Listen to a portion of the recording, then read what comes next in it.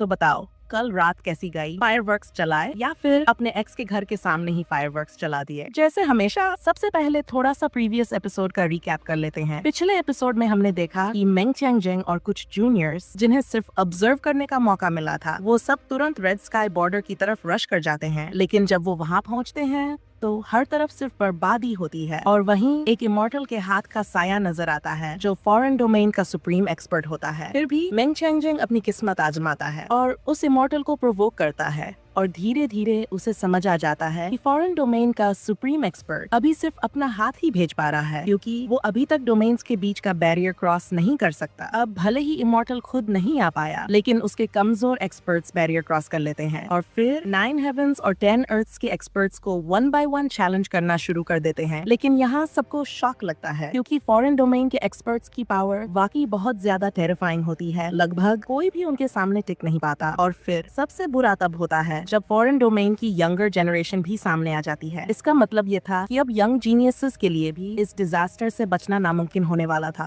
तो आखिर आगे क्या होता है? चलो बिना टाइम वेस्ट किए सीधा स्टोरी में घुस जाते हैं। पिछले एपिसोड के बाद जैसे ही फॉरेन डोमेन की यंगर जनरेशन सामने आती है, शियो अब खुद को कंट्रोल नहीं कर पाता और वो पूरी फॉरेन डोमेन की यंगर जनरेशन को सीधा चैलेंज कर देता है। एक ही लाइन में सबको फाइट के लिए बुला लेता है। अब सोचो, जब उन फॉरेन जीनियसेस को एक ट्रैश जैसे इंसान ने चैलेंज किया तो नेचुरली वो लोग गुस्सा हो जाते हैं और बिना टाइम लगाए सब मिलकर शियो पर अटैक कर देते हैं। इस बार उसके अपने कंपेनियंस भी कंफ्यूज हो जाते हैं। इमॉर्टल एकेडमी का हेड ये सब देखकर अंदाजा लगाता है कि फॉरेन डोमेन के ये यंग जीनियसेस असल में इमॉर्टल सीड चुराने की कोशिश कर रहे हैं। वो इमॉर्टल सीड जो 9 हेवंस और 10 अर्थ्स के यंग जीनियसेस के पास होता है। इसी वजह से शियो जानबूझकर आगे बढ़ता है ताकि सारी अटेंशन सिर्फ उसी पर आ जाए और इसी में फॉरेन डोमेन की एक top young genius silver girl सीधा उस पर अटैक कर देती है। जब 9 हेवंस और 10 अर्थ्स के जीनियसेस को पता चलता है कि शिहाओ ने उनके लिए क्या किया है, तो वो लोग चुप रहने को तैयार नहीं होते। वो सब मिलकर काउंटर अटैक लॉन्च कर देते हैं सिर्फ शिहाओ को प्रोटेक्ट करने के लिए। लेकिन एक बार फिर फॉरेन डोमेन की पावर सब एक्सपेक्टेशंस से ज्यादा निकलती है और इसी वजह से 9 हेवंस और 10 अर्थ्स के ये यंग जीनियसेस अभी भी सिल्वर गर्ल के अटैक को रोक नहीं पाते। अटैक सीधा शिहाओ की तरफ बढ़ता है और ठीक उसी पल मेंग च्यांगजेंग ने जो एनर्जी पहले से शिहाओ के बॉडी में इम्प्लांट की थी वो एक्टिवेट हो जाती है। वो एनर्जी सिल्वर गर्ल के अटैक को ब्लॉक कर लेती है और साथ ही हेवनली गॉड एकेडमी के ग्रैंड एल्डर को सिग्नल भेज देती है कि उसका डिसाइपल खतरे में है। लेकिन जैसे ही शिहाओ के अंदर मेंग च्यांगजेंग की एनर्जी एक्सप्लोड करती है, वैसे ही फॉरेन डोमेन की डार्क पावर भी सिल्वर गर्ल के बॉडी के अंदर से फूट पड़ती है और धीरे धीरे फॉरेन डोमेन के 3 ह्यूमन लीडर्स की शैडो सामने आ जाती। वो तीनों मेंग च्यांगजेंग को बहुत सख्त लहजे में डांटते हैं। कहते हैं कि वो यंगर जनरेशन को सप्रेस करने की कोशिश कर रहा है। उन एल्डर्स में से एक, जिसका नाम उरन था, मेंग च्यांगजेंग के एक्शंस पर अफसोस जताता है और कहता है कि वो बेवजह शिहाओ को प्रोटेक्ट कर रहा है, जबकि सच तो ये है कि ये यंग जनरेशन सिर्फ अपनी स्ट्रेंथ टेस्ट करना चाहते हैं। फॉरेन डोमेन के साथ इस कन्फ्रंटेशन के बाद 9 हेवंस और 10 अर्थ्स भी चुप नहीं रहते, क्योंकि उन्हें साफ पता था कि फॉरेन मिनियंस का असली टारगेट इमॉर्टल सीड है। इसी वजह से सेक्रेड एकेडमी का विकिन आगे आता है और खुद वॉलंटियर करता है फॉरेन डोमेन से फाइट करने के लिए, क्योंकि उसके पास इमॉर्टल सीड नहीं था। लेकिन वीकेंड के बोलते ही कुछ ही सेकंड्स के अंदर ज़ीशियन तुरंत ऑब्जेक्शन करता है और कहता है कि यही सही समय है फॉरेन डोमेन के सामने अपनी ताकत टेस्ट करने का। ज़ीशियन की इस बात को बाकी इमॉर्टल सीड होल्ड भी सपोर्ट करते हैं। यहाँ तक कि तियानजी भी कह देता है कि अगर फाइट करने की हिम्मत ही नहीं है तो इमॉर्टल सीड रखने का कोई मतलब नहीं। तियानजी की इस प्रोवोकेशन से फॉरेन डोमेन की यंगर जनरेशन भी भड़क उठती है और दोनों साइड्स की यंग जनरेशंस के बीच एनर्जी की जबरदस्त टक्कर हो जाती है। 9 हेवंस और 10 earths versus foreign domain power का ये क्लैश इतना इंटेंस होता है कि वुरन भी एक्साइटेड हो जाता है। वुरन को याद आता है बहुत पुराने जमाने का वो टाइम जब उनके एंसेस्टर्स ने डीमन लैंड की यंगर जनरेशन से फाइट की थी और उस टाइम ओपोनेंट्स डिसाइड करने के लिए इमॉर्टल टर्टल शेल के फ्रैगमेंट्स इस्तेमाल किए गए थे। वुरन सजेस्ट करता है कि अब फिर से वही तरीका अपनाया जाए। ये सुनकर बैटल क्रेजी जीनियस शिहाओ पूछता है ये किस तरह की बैटल होगी। मेंग चेंग का एक्सप्रेशन ये सुनते ही कॉम्प्लिकेटेड हो जाता है। उसे भी वो बैटल याद आ जाती है। लेकिन जहाँ वुरन उसे याद करके खुश हो रहा था, वहीं मेंग चेंगजेंग को सिर्फ करवाहट महसूस होती है, क्योंकि उस बैटल से 9 हेवेंस और 10 अर्थ्स की यंगर जनरेशन में से एक भी जिंदा वापस नहीं लौटा था। इसी वजह से मेंग चेंगजेंग उस प्रपोजल को साफ साफ रिजेक्ट कर देता है। वो कहता है कि उसे यंगर जनरेशन को प्रोटेक्ट करना ही होगा, क्योंकि उनके कंधों पर उनके क्लैंस का फ्यूचर है और पूरे 9 हेवेंस और 10 अर्थ्स रेल्म की डेस्टिनी भी। ये सब देखकर वॉरेन जोर से हंसता है और मजाक उड़ाते हुए कहता है कि ये बैटल तो बस यूथ्स के बीच एक डुएल है, और अगर 9 हेवेंस और 10 अर्थ्स इसे एक्सेप्ट करने से डरते हैं तो ये साबित हो जाएगा कि वो असल में कितने वीक है। वॉरेन की ये बात जियांग और वाकिन को आग बबूला कर देती है और आखिरकार वो डिसाइड करते हैं कि वो अपनी यंगर जनरेशन को फाइट करने देंगे, क्योंकि जिल्लत में जीने से बेहतर है बैटल में मर जाना। यंगर जनरेशन भी इसी सोच से एग्री कर लेती है और ये देखते ही वॉरेन खुशी खुशी कहता है कि बहुत जल्द हिस्ट्री एक बार फिर रिपीट होने वाली है। जब दोनों रेल्म्स के बीच एग्रीमेंट हो जाता है तो यूरेन इमॉर्टल टर्टल्स विल के बैटलफील्ड का एंट्रेंस खोल देता है और उसी पल इमॉर्टल बीस्ट का शेल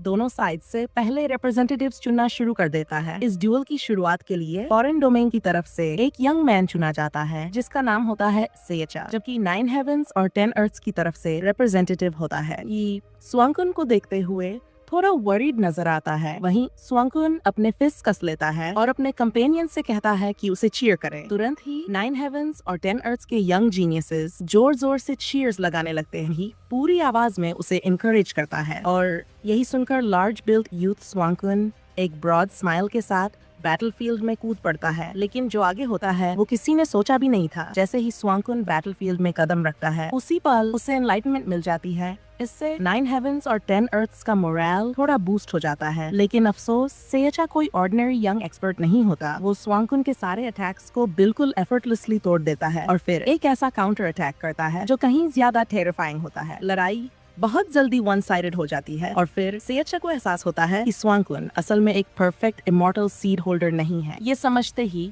फॉरेन डोमेन का ये यंग जीनियस फाइट में इंटरेस्ट खो देता है और बस स्वांगकुन के साथ प्ले करने लगता है। लेकिन ये प्ले भी इतनी ब्रूटल होती है कि लार्ज यूथ पूरी तरह बैटर्ड और ब्रोकन हो जाता है। जब सेचा खेलते खेलते थक जाता है तो वो फाइनली डिसाइड करता है और एक स्टार डिस्ट्रॉइंग स्ट्राइक अनलीश करता है और इसी के साथ पहली ही बैटल में 9 हेवेंस और 10 अर्थ्स को एक बेहद ट्रेजिक लॉस झेलनी पड़ती है। बाकी यंग जनरेशन बस गुस्से और दर्द से भरी आंखों से देखती रह जाती है। उन्हें साफ समझ आ जाता है कि उनके ओपोनेंट्स उन्हें इंसान तक नहीं समझते। उन्हें मोर्न करने का भी समय नहीं मिलता। इमॉर्टल टर्टल शेल तुरंत दूसरा रिप्रेजेंटेटिव चुन लेता है। ये देखकर शाओ आगे आता है और कहता है कि सिलेक्शन इस तरह नहीं होना चाहिए। वो कहता है कि अगर जरूरत पड़ी तो वो अकेला ही 3 लोगों से लड़ने के लिए तैयार है। मुद्दा ये नहीं था कि किसी को शिहाओ की स्ट्रेंथ पर शक था, लेकिन वुरेन जल्दी से एक्सप्लेन करता है कि इमॉर्टल टर्टल शेल के अंदर सबसे प्योर ग्रेट डाओ मौजूद है और इसे कोई रोक नहीं सकता, यहाँ तक कि एक ट्रू इमॉर्टल भी नहीं। वुरेन की बात सुनकर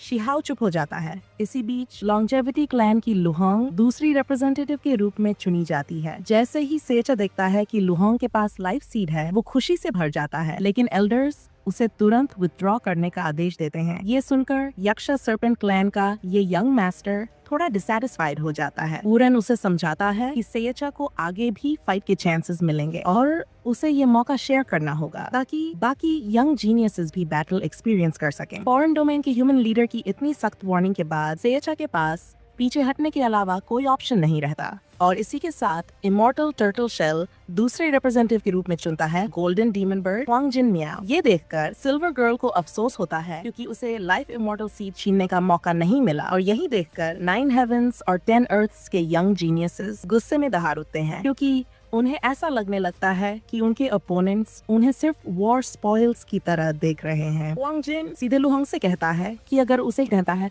तो अपना लाइफ इमॉर्टल सीड सौंपे, लेकिन लॉन्जेविटी क्लैन की प्रिंसेस उसे साफ मना कर देती है और कहती है कि बेकार की बातें मत करो। वो उसे याद दिलाती है कि पास्ट में उनके रेल्म के एक इमॉर्टल किंग ने पूरे गोल्डन डीमन क्लैन को तबाह कर दिया था। लुहोंग के ये शब्द हुआंग जिन के पुराने जख्मों को फिर से खोल देते हैं और इसी के साथ गोल्डन डीमन बर्ड क्लैन के बचे खुचे मेंबर्स गुस्से से दहाड़ उठते हैं और तय कर लेते हैं कि लुहोंग को एक बेहद क्रूअल मौत दी जाएगी। लुहोंग लाइफ हीट रिलीज करके हुआंग जिन पर अटैक करती है, लेकिन उसका ये अटैक ज्यादा असरदार साबित नहीं होता। वहीं दूसरी तरफ हुआंग जिन के अटैक्स इतने जबरदस्त होते हैं कि वो लगभग लुहोंग की सोल को उसके बॉडी से बाहर खींच लेते हैं। पहले एक्सचेंज में लुहोंग किसी तरह अपनी सोल को वापस बॉडी में खींच लेती है, लेकिन उसी वक्त हुआंग जिन साफ दिखा देता है कि वो अब फाइट को ज्यादा लंबा नहीं खींचना चाहता और तुरंत गोल्डन डीमन बर्ड की एंसेस्ट्रल टेक्निक यूज कर देता है। ये देखकर जिंग थोड़ा शॉक हो जाता है क्योंकि फॉरेन डोमेन का ये यंग जीनियस सीधे अपनी क्लैन की इनेट टेक्निक इस्तेमाल कर रहा था। फिर भी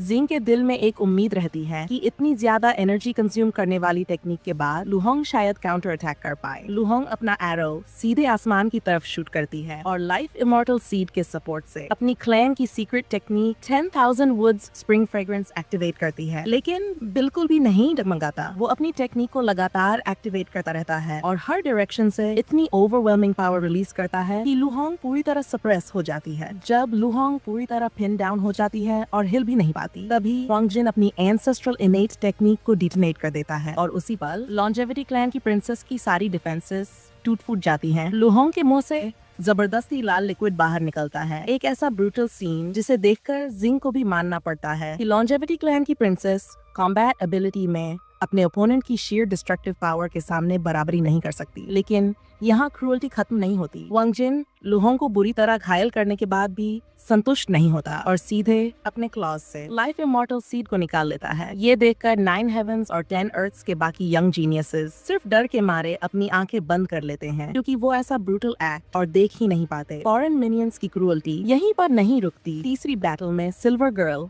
हैरान कर देने वाली स्पीड से 9 हेवंस और 10 अर्थ्स के रिप्रेजेंटेटिव को मार देती है और जब वो देखती है कि उस इंसान का इमॉर्टल सीड कोई खास इंटरेस्टिंग नहीं है तो वो बॉडी को वहीं छोड़ देती है। इसके बाद चौथी बैटल शुरू होती है, फॉरेन डोमेन के टांगू वर्सेस जिरी तियानजन। ये फाइट एक्सट्रीमली इंटेंस मानी जा रही थी क्योंकि जिरी तियानजन 9 हेवंस और 10 अर्थ्स की यंगर जनरेशन में एक टॉप एक्सपर्ट था जिसे ग्रेट सुप्रीम कहा जाता था। लेकिन अनएक्सपेक्टेडली ज्यादा टाइम भी नहीं लगता और पर्पल सन इमॉर्टल सीड जिरी तियानजुन के बॉडी से जबरदस्ती निकाल लिया जाता है। टांगू उसे ये तक मौका नहीं देता कि वो पूरी बॉडी के साथ मर सके। एक बार फिर 9 हेवंस और 10 अर्थ्स की यंगर जनरेशन ऐसी क्रूअल मौतों का शिकार बनती है और अब बाकी बचे हुए यूथ्स हिलने लगते हैं, डगमगाने लगते हैं। उनके मन में एक ही सवाल उठता है, क्या वो सच में बस खड़े खड़े देखते रहेंगे जब उनके कंपेनियंस एक एक करके इतने ब्रूटल तरीके से मारे जा रहे हैं। लेकिन जैसा कि वुरन ने कहा था, इमॉर्टल टर्टल शेल अब भी नहीं रुकता और इस बार 9 हेवंस और 10 अर्थ्स की तरफ से 5वें यंग एक्सपर्ट के रूप में किंग हा को चुन लेता है। दूसरी तरफ टंगू को एक बार फाइट करने की अनुमति मिल जाती है और जैसे ही उसे पता चलता है कि किंग हा के बॉडी के अंदर सुप्रीम बोन मौजूद है, वो तुरंत एक्साइटेड हो जाता है। लेकिन इससे पहले कि किंग हा सच में आगे बढ़ पाता, शी हाओ उसे रोक लेता है और कहता है कि वो अपने यंगर ब्रदर की जगह खुद बैटल में उतरेगा क्योंकि पिछली फाइट्स में उनके realm के सारे एक्सपर्ट्स पहले ही मारे जा चुके थे और किंग हा ये बिल्कुल नहीं चाहता था कि सिर्फ उसे बचाने के लिए उसका भाई भी उसी फेट का शिकार बन जाए। इधर रेन भी थोड़ा अनॉयड हो जाता है क्योंकि शी हाओ बार बार इंटरवीन कर रहा था। आखिरकार पहले ही कहा जा चुका था कि इमॉर्टल टर्टल शेल के अंदर मौजूद सुप्रीम डाओ किसी को इंटरफेयर करने की इजाजत नहीं देता। लेकिन शाओ बिल्कुल काम रहता है। वो कीनू से कहता है कि सुप्रीम बोन एक्टिवेट करे और अपनी पूरी ताकत झोंक दे और ठीक उसी पल दोनों सुप्रीम बोन्स शी हाओ के बॉडी के अंदर एक दूसरे से जुड़ जाते हैं। इतना ही नहीं, यहाँ तक कि इमॉर्टल टर्टल शेल भी उन्हें एक ही इंसान मान लेता है। ये देखकर यूरेन पूरी तरह शॉक हो जाता है क्योंकि उसे एहसास होता है कि ये नुक्स असल में एक ही हैं। लेकिन अब जब बात यहाँ तक पहुँच चुकी थी तो यूरेन शी हाओ को एक और बैटल में उतरने से रोक नहीं सकता था। जैसे ही शी हाओ आगे बढ़ता है, जिरी तियानजुन के अटेंडेंट्स, याओ और बाकी यंग जीनियसेस सबकी आंखों में उम्मीद की एक चिंगारी जल उठती है। शी हाओ यंग डीमन किंग की तरफ देखता है और कहता है कि वो उनके गिरे हुए कंपेनियंस का बदला लेगा। शी हाओ अपनी मुट्ठियां भींच लेता है, अपने अंदर उठ रहे गुस्से को दबाने की कोशिश करता है, लेकिन फॉरेन मिनियंस इसे डर की निशानी समझ लेते हैं। हालांकि अगले ही पल उनके चेहरे के भाव बदल जाते हैं जब immortal turtle shell foreign domain की तरफ किसी भी तरह की फॉर्चून एनर्जी रिलीज नहीं करता और उसी समय शी हाओ अपना थंडर गॉड आर्मर डिटोनेट कर देता है और ऐलान करता है कि वो फॉरेन डोमेन के हर एक मिनियन को पूरी तरह मिटा देगा, एक को भी नहीं छोड़ेगा। पागलपन, सच में पागलपन। शी हाओ को इस तरह गुस्से की तरह मैं फिर से याद दिला दूं, ये कहानी पूरी तरह फिक्शनल है और एक नॉवल से अडेप्टेड है। अगर आपने इस वीडियो को एंड तक देखा तो दिल से धन्यवाद। अगर वीडियो पसंद आई हो तो लाइक जरूर करना और चैनल को सब्सक्राइब करना मत भूलना। फिर मिलेंगे नेक्स्ट वीडियो में। सी यू।